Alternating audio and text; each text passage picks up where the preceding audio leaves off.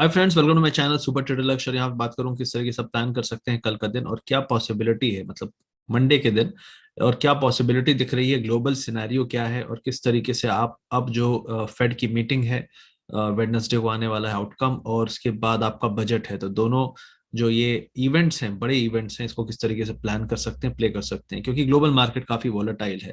और एक और यहाँ पे बात रखना चाहता हूँ कि पिछले कई दिनों से मैंने देखा है कि काफी सारे लोग सपोर्ट ढूंढ रहे हैं, लेकिन कोई भी इंसान ग्लोबल मार्केट को एनालाइज नहीं कर रहा है। कोई भी इंसान, इंडियन एनालिस्ट की बात करो, बहुत सारे लोग, क्योंकि जब मैं, मेरे थोड़े व्यूज लोगों से अलग होते हैं तो लोग मुझसे आके सवाल करते हैं, लोग आके गालियां गलौज भी करते हैं कि तुम ऐसा क्यों बोल रहे हो, बाकी सब तो बुलिश हैं। तो मैं बोलता हूँ कि यार वो लोग ग्लोबल मार्केट नहीं देखते, और आपने देखा होगा ग्लोबल मार्केट नहीं देखते, वो तीसरा चौथा 24वां कैंडल देखते रहते हैं, और वो कैंडल उन्हीं को लपेट लेता है, क्योंकि ज्यादातर लोग जो हैं यूट्यूब में, 99% YouTube creators themselves are in loss. सिर्फ 1% है जो प्रॉफिट एंड लॉस स्टेटमेंट दिखाते हैं और प्रॉफिटेबल हैं। बाकी सब सिर्फ ज्ञान दे के ही काम चला रहे हैं, तो आपको ये जानना पड़ेगा। और यहाँ पे कुछ लोग इस कमेंट के बाद बोलेंगे तुमने दिखाया क्या? हाँ, मैंने दिखाया, आप पिन मैसेज में देख सकते हो। अगर आप चैनल पे नए हैं तो हमारे चैनल को सब्सक्राइब कर सकते हैं, और वीडियो अच्छा लगता है, सच बोलता हूं मैं, और लगता है अच्छा आपको ये सच, तो शेयर करिए, दम से शेयर किया करिए। हमें अपनी रीच बढ़ानी है, और लाइक बटन इतना दबाया करिए कि लोगों तक पहुंचे, रिकमेंड हो वो वीडियो। अगर आप जानना चाहते हैं तो मेरा पीएनएल वाला वीडियो मैंने यहाँ पे डाला हुआ है, आप देख सकते हैं, ये वाला वीडियो है राइट साइड में, ठीक है, ऊपर से नीचे वाला। और रिसेंटली में मैंने आपको वार्निंग दी थी कि यहाँ पे तीन जो व्हाइट सोल्जर्स, वीकली में लोग बोल रहे थे बड़े बुलिश फॉर्मेट है, देखिए कितने भी व्हाइट सोल्जर, तीन क्या 30 बन जाएं, क्या करेक्शन नहीं आएगा? जितने स्टीप रैली आएगी उतना ही शार्प करेक्शन आएगा। और अगर आप राइट नाउ जो देखेंगे, मैंने मैंने आपको कल वार्निंग दी, परसों वार्निंग दी कि ग्लोबल मार्केट सिनेरियो बदल रहा है। और आप ये जो वीडियो है 3 दिन पुराना, इसको जरूर देखिएगा। इन दोनों वीडियो में, ये जो 3 दिन पुराना वीडियो है और ये जो आपका 4 दिन पुराना है, इन दोनों वीडियो को देखिएगा, आपको समझ में आ जाएगा, मेरा व्यू क्लियर था कि क्या होने वाला है। अब अगर आप ग्लोबल मार्केट में देखें, सेम चीज प्लान आउट हो रही है।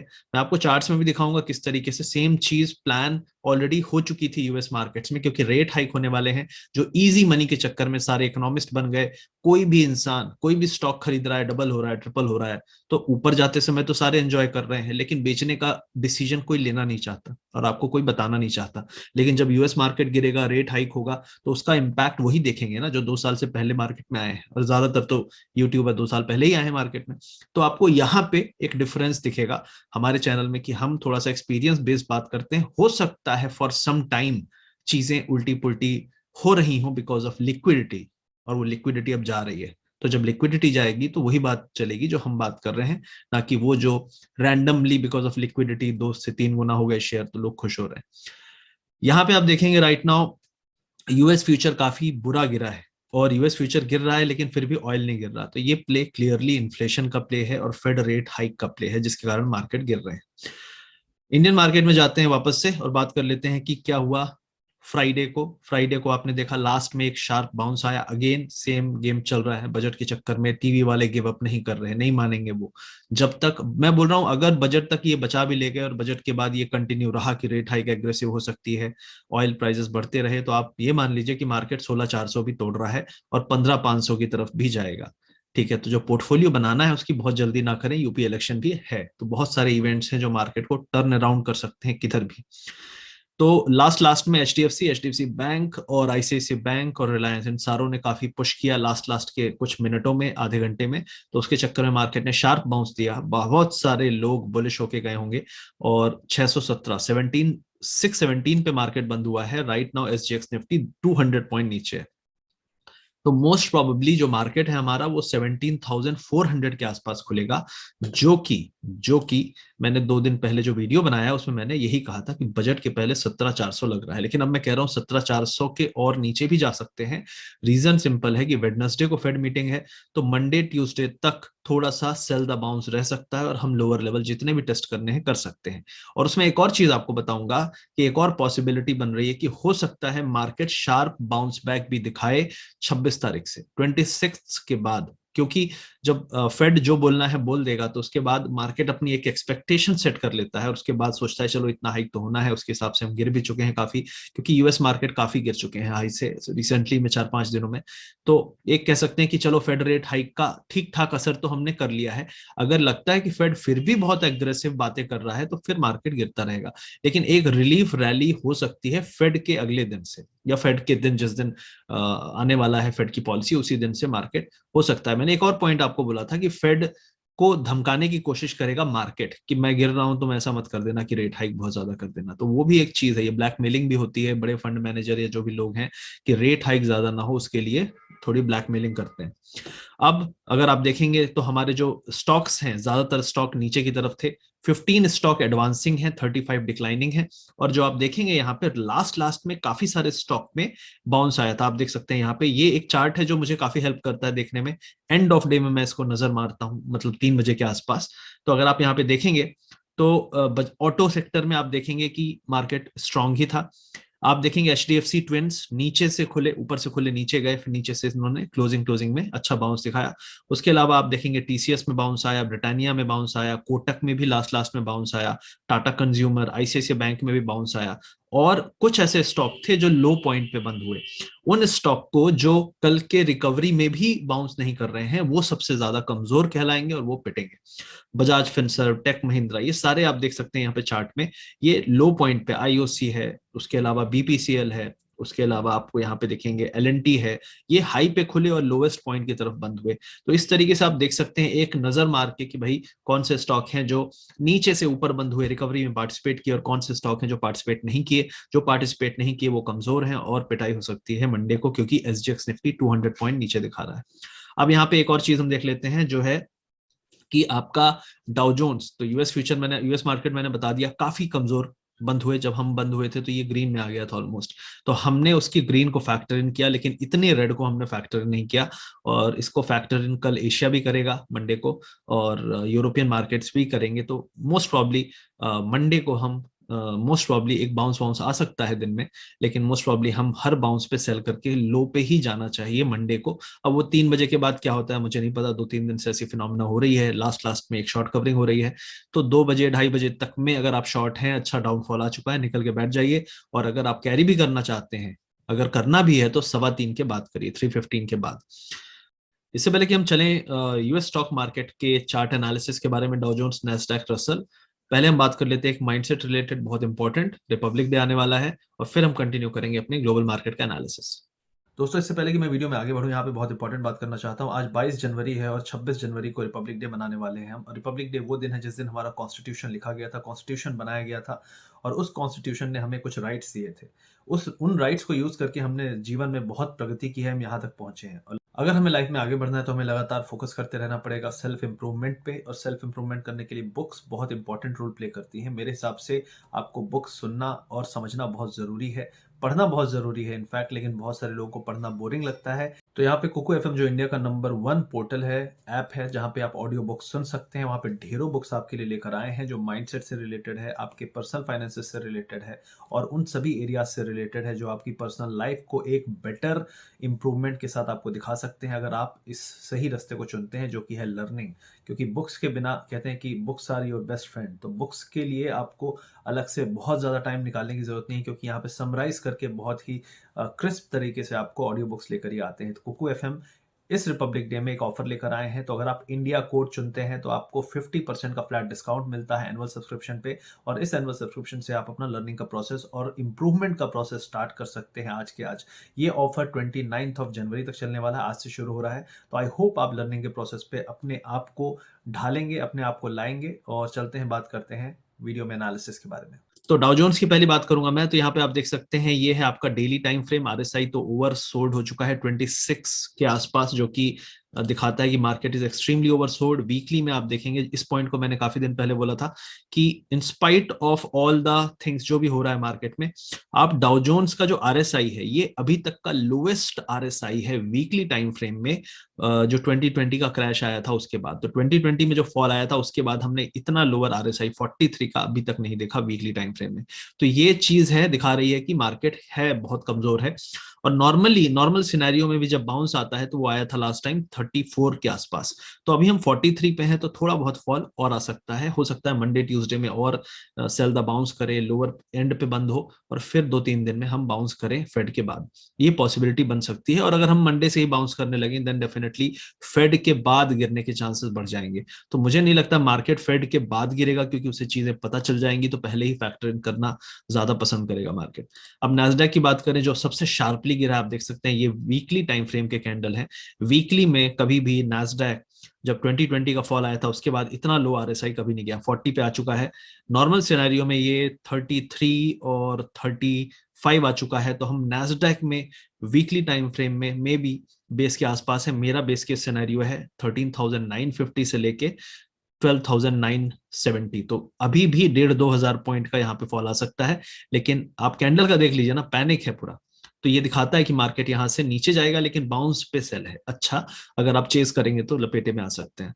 अब रसल 2000 ये दिखाता है कि मिड कैप स्मॉल कैप। तो मैंने इसके बारे में भी आपको कुछ दिन पहले बताया था, जो हमारा वीडियो रेगुलर देखते हैं, ये जो रेंज है ये रेंज तोड़ने क्यों आएगा, क्योंकि इसका जो आरएसआई था मैंने आपको दिखाया था, वो लगातार लोअर हाई लोअर लोज बना रहा था। तो ये दिखाता था कि ब्रेकडाउन तो कहीं ना कहीं करेगा, इसने यहाँ पे कर दिया है। अब ये ब्रेकडाउन के बाद अगर आप बोले सपोर्ट कहाँ है, तो सपोर्ट है आपका 1930, इस एरिया पे सपोर्ट है। तो इस कैंडल के आसपास आपको सपोर्ट मिलेगा। कोई भी बाउंस मिलता है तो आपको 2020 तक का बाउंस मिले तो वहां पे फिर से एक शॉर्ट करने की अपॉर्चुनिटी होगी। जो लोग यूएस फ्यूचर करते हैं वो लोग इसको एंजॉय कर सकते हैं। अब हम बात कर लेते हैं थोड़ा इंडियन मार्केट के बारे में। इन 3 कैंडल्स की बात कर रहा था मैं, 3 वाइट सोल्जर बन रहा है, ये सब किताबी कीड़े जो हैं जितने भी आए 1-2 साल में, यूट्यूब चैनल देख के, यूट्यूब चैनल खोल भी लिए लोग और काफी सफल आपकी नजर में बने हुए हैं, उनको एक चीज बताना था, कभी भी मार्केट कोई एक जो चीज हो चुकी वो तो हो चुकी, लेकिन व्हाट इज कमिंग नेक्स्ट उसके लिए आपको पूरी दुनिया की तरफ नजर दौड़ाना पड़ेगा, ना कि सिर्फ कैंडल की तरफ। और मार्केट, आप कई लोग बोलते हैं कि यार प्राइस पहले से फैक्टर इन कर लेता है। तो अगर प्राइस ऑलरेडी फैक्टर इन कर लिया होता तो अभी हम यहाँ पे लौट नहीं रहे होते, हम ऊपर होते। तो बजट का जो खेल था वो 3 वाइट सोल्जर के पास खत्म हो चुका था। ट्रेंड लाइन रेजिस्टेंस था, यहां से रिवर्सल किसी भी समय आ सकता था, रीजन चाहिए था मार्केट को, ग्लोबल मार्केट ने दे दिया है। राइट नाउ जो सपोर्ट है वो 17,350 के आसपास ही है। तो कल मंडे को अगर हम फॉल देते हैं तो 430 के आसपास, तो 200 पॉइंट दिखा ही रहा है, 250-300 पॉइंट अगर गिर गया, क्योंकि डेली हम 250 300 पॉइंट की जो रेंज है उसको फॉलो कर रहे हैं, तो यहाँ पे आपको 17,290 तक का फॉल आ सकता है, ये पॉसिबिलिटी यहाँ पे दिख रही है।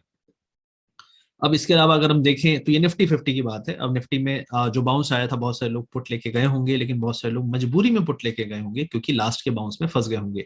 तो ये जो इनडिसाइसिव कैंडल है इसको लोग पॉजिटिव भी लेंगे, नेगेटिव भी लेंगे, क्योंकि ये रेडी है ऊपर भी जाने के लिए, नीचे भी जाने के लिए, लेकिन क्योंकि ग्लोबल मार्केट नीचे गए हैं तो हम मोस्ट प्रॉब्ली इस लाइन के आसपास आने चाहिए। अगर कोई गैप अगर गैप डाउन मिले और हम सीधे यहाँ 320 के आसपास पहुंच जाए तो मैं साइड होना पसंद करूंगा, और फिर मैं यहाँ पे वॉच करूंगा कि क्या होता है, क्योंकि हर दिन को आपको इंडिविजुअली लेना है, क्योंकि यूएस मार्केट जिस दिन टर्न अराउंड होंगे, क्योंकि ऑलरेडी ओवरसोल्ड है, तो बहुत शार्प बाउंस आएगा। अब बैंक निफ्टी की बात कर लेते हैं। तो बैंक निफ्टी अभी भी डिनाई कर रहा है, एक अच्छा फ्लैग पैटर्न बन रहा है जिसको लोग बुलिशली लेना चाहेंगे। लेकिन अब सिंपल सी चीज है, अगर हम 37,000 को तोड़ते हैं, 37,000 बैंक निफ्टी को तोड़ते हैं, तो मेरे हिसाब से हम बहुत ही तेज, देखिए इसका एक मिड पॉइंट है, जो पूरी रैली है ना, इसका एक मिड पॉइंट है 36,500 से लेके 700। एक बार हम उसके नीचे आ गए, 1-2 दिन क्लोजिंग दे दी, तो फिर आपको पता है बैंक निफ्टी ही है जो सबसे ज्यादा पिटता है। तो बैंक निफ्टी बस अभी किसी तरीके से बचा के रखा है। एचडीएफसी का रिजल्ट हो गया है, अभी आपका आईसीआईसीआई बैंक का रिजल्ट हो जाएगा आज, तो उसके बाद आपको ज्यादा यहाँ पे न्यूज खबर नहीं मिलेंगी, छोटे मोटे इवेंट्स आएंगे कि एसबीआई का रिजल्ट है, तो वो लोग 1-2 दिन के लिए उठाने का काम कर सकते हैं। लेकिन मेजर जो ट्रेंड है वो ट्रेंड आपका डाउन साइड हो जाएगा अगर हमने 37 के नीचे क्लोज की, 37,000 की बैंक निफ्टी में। तो यहाँ पे 37,000 तक आए, आप थोड़ा साइड होके देखिए, मोस्ट प्रॉब्लम मंडे को खुलेगा इसी एरिया में। उसके बाद अगर ये गिव अप नहीं करता है शुरू के 3 घंटे तक, मतलब 12 बजे 1 बजे तक, क्योंकि यूरोप खुल जाएगा 1 बजे, अगर 1 बजे तक ये गिव अप नहीं करता है, 37 के ऊपर रहने की कोशिश करता है, तो फिर हम मान लेंगे कि यार मोस्ट प्रोबेबली जो बजट फैक्टर है वो अभी भी बचाएगा और अगले 3-4 दिन में बचा सकता है मार्केट को। लेकिन अगर ये 37,000 को गिव अप करता है तो बजट के पहले हमको जो कैचअप है वो बैंक निफ्टी में डाउन साइड में दिख सकता है। फिर आपके जो सपोर्ट एरिया है इस रेंज में, यहाँ पे गैप भी था, आप देख सकते हैं करीब 36,600 के आसपास तक इजिली आ जाएगा, और उसके नीचे भी थोड़ा बहुत आ सकता है। तो हमारा 36,400 से लेके 36,600 तक का एरिया होगा जो हम उम्मीद करेंगे कि फेड की मीटिंग तक में हम यहाँ पे बैंक निफ्टी में रहें, तो ये उम्मीद है। उसके अलावा एक और चीज थी, मैंने मिड कैप की बात की, तो मिड कैप ने बहुत बुरी तरीके से रिवर्सल किया। ये जो पूरा पूरा आप देख सकते हैं रिकवरी आई थी, इस रिकवरी को इसने 2-3 दिन में खेल खत्म कर दिया। कई लोग इसको कैंडल के टर्म्स में गिनते हैं, तो आप देख सकते हैं जितने भी यहाँ से कितने 1 2 3 4 5 मतलब ऑलमोस्ट 8 9 कैंडल, ये दो को भी मिला लो तो 10 12 कैंडल जो है उनको सिर्फ इसने 3 दिन 4 दिन में खत्म कर दिया। तो 12 दिन की मेहनत 3 दिन में साफ, ये होता है बियर का खेल। तो आपको समझना पड़ेगा कि ये नीचे वाला खेल भी हम कैसे खेल पाए। बहुत सारे लोग को यहाँ पे शॉर्ट करना ही नहीं आता है, बहुत सारे लोग नए नए जो है, हमारे चैनल वालों को तो आता होगा, लेकिन जो इन्वेस्टिंग वाले मल्टी बैगर पेनी स्टॉक और ये सब देखते रहते हैं उनको पता भी नहीं है, क्योंकि वो सिर्फ खरीदवाते रहते हैं। तो उनको अभी यहाँ पे लपेटे गए होंगे, और यहाँ पे सपोर्ट भी है 30,200 पे। तो मिड कैप अगर बहुत ज्यादा ना गिरे मंडे को, तो आप समझ लेना ये सपोर्ट लेगा। अगर ये सपोर्ट भी होल्ड नहीं किया तो फिर नीचे वाला सपोर्ट आपका काफी नीचे है, ऑलमोस्ट 1000 पॉइंट और फॉल आ सकता है 4% मिड कैप इंडेक्स में। उसके अलावा विक्स अभी भी बहुत खुल के नहीं भाग रहा है, 19 के आसपास है। अगर विक्स 20 क्रॉस कर जाता है, क्योंकि यहाँ पे भी आप देखेंगे 20 क्रॉस नहीं कर पाया था, इस बार अगर 20 क्रॉस करता है विक्स, तो मुझे लगेगा कि ये एक बड़ा वोलेटाइल इवेंट अगले 5-6 दिन में हम देखेंगे। उसके अलावा आईटी अभी भी गिर रहा है, टेक गिरा है, तो फिर से आईटी गिरेगा ही गिरेगा। अभी आप देख सकते हैं आरएसआई इसका 34 पे चल रहा है डेली में, मुझे लगता है ये ऑलमोस्ट 28 तक जाएगा। आपको ये जो फॉल है मोस्ट प्रॉब्ली इस एरिया तक 35,500, तो 500-600 पॉइंट तो कहीं नहीं गए हैं टेक में। और I will not be surprise, क्योंकि जो सारे के सारे रिजल्ट आ चुके हैं, तो ये जो ट्रेंड लाइन है अगर आप इसको थोड़ा एक्सटेंड करेंगे तो हम मोस्ट प्रॉब्ली यहाँ तक, क्योंकि नैस्डैक इसी तरीके से गिरा है। अगर आप नैस्डैक का चार्ट देखोगे तो इसने इस एरिया का पूरा क्लस्टर खत्म कर दिया है। ये जो एरिया में काफी दिन से खेल रहा है, ये वीकली टाइम फ्रेम, आप देखो कितने हफ्तों से हमने इस एरिया में खेल खेला, बड़े बड़े ग्रीन बड़े बड़े रेड, लेकिन उसको हमने ब्रेक किया है। तो जितने का हमारा पूरा आईटी सेक्टर है उतना नेस्डेक का एक स्टॉक है। इनफैक्ट नेस्डेक का एक स्टॉक हमारे पूरे मार्केट कैप के बराबर भी है, एप्पल का, राइट। तो आपको पता होना चाहिए कि कितनी लिक्विडिटी का आउटफ्लो चल रहा है बिकॉज ऑफ फेड। तो ये सब चीजें हैं। बाकी इंडिविजुअल स्टॉक्स में आप सेक्टर के हिसाब से जो मैंने आपको बताया, most probably IT will still be in pressure. काफी पैसा आया है आईटी में, तो आईटी का अब एक मेजर करेक्शन शुरू हो रहा है, तो आईटी में पोर्टफोलियो बनाने की जल्दी ना करें, बहुत मौके मिलेंगे। एटलीस्ट स्टार्टिंग पॉइंट 33,000 का होना चाहिए आईटी निफ्टी आईटी में। और बैंक निफ्टी की रही बात कि बैंक निफ्टी क्या कर सकता है अगर बहुत ज्यादा गिरा, तो मेरा टारगेट यहाँ पे 30,000 के आसपास का है। अगर हम इस बार का जो रीसेंट का लो है, रीसेंट का लो हमारा 35,000 का है, लेकिन अगर ये किसी तरीके से 36,500 के नीचे जाने लगा, अगर ये 36,500 के नीचे जाने लगा, तो फिर मोस्ट प्रॉब्ली हम यहाँ से पलटेंगे। ये मैंने एरो अभी नहीं बनाई थी, ये आपका मेक और ब्रेक पॉइंट मैंने आपका मार्क करके रखा है। अगर हम 36,400 के नीचे जाने लगेंगे अगले एक हफ्ते में, तो फिर हम मोस्ट प्रॉब्ली इस वाले एरिया की तरफ जा रहे हैं, 30,000 की तरफ। और टाइम नहीं लगेगा ज्यादा, क्योंकि आप देख सकते हैं यहाँ पे मार्केट बहुत जल्दी में है, टाइम ज्यादा ले नहीं रहे। तो यही सब मुझे कन्वे करना था। आई होप आपको वीडियो अच्छा लगा तो लाइक शेयर सब्सक्राइब जरूर करिएगा। इसी तरीके से अपना जो एनालिसिस है, अपना न्यूट्रल एनालिसिस मैं कहूंगा, रियलिस्टिक एनालिसिस कहूंगा, ना कि हवा हवाई वाला एनालिसिस कहूंगा, वो लेकर आता रहूंगा। Like share subscribe as much as you can and help us spreading this channel to millions of people. Thank you.